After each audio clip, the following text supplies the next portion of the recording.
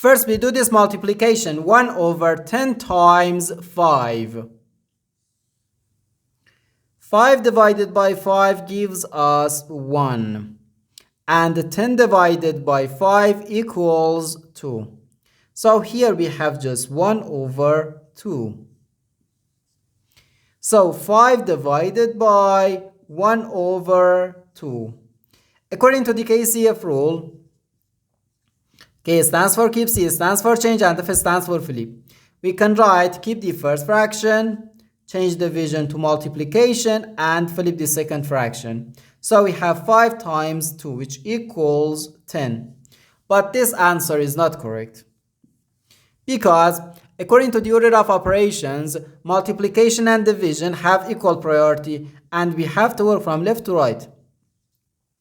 So here, first we have to do this division, then this multiplication. If we do this multiplication before this division, it is wrong.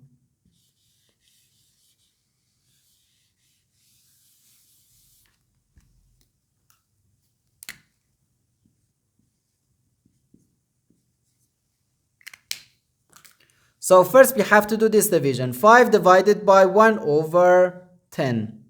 According to the KCF rule, we can write keep the first fraction, change division to multiplication, and flip the second fraction.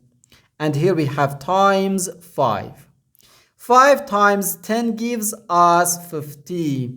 So we have 50 times 5, which equals 250. And this is our final answer to this problem. The correct answer is 250.